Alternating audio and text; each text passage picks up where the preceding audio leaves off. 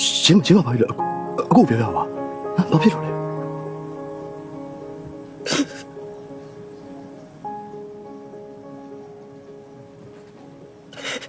ရှင်မမလေး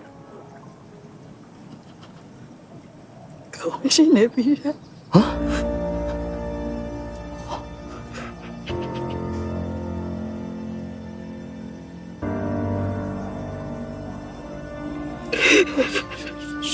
ရှင်မ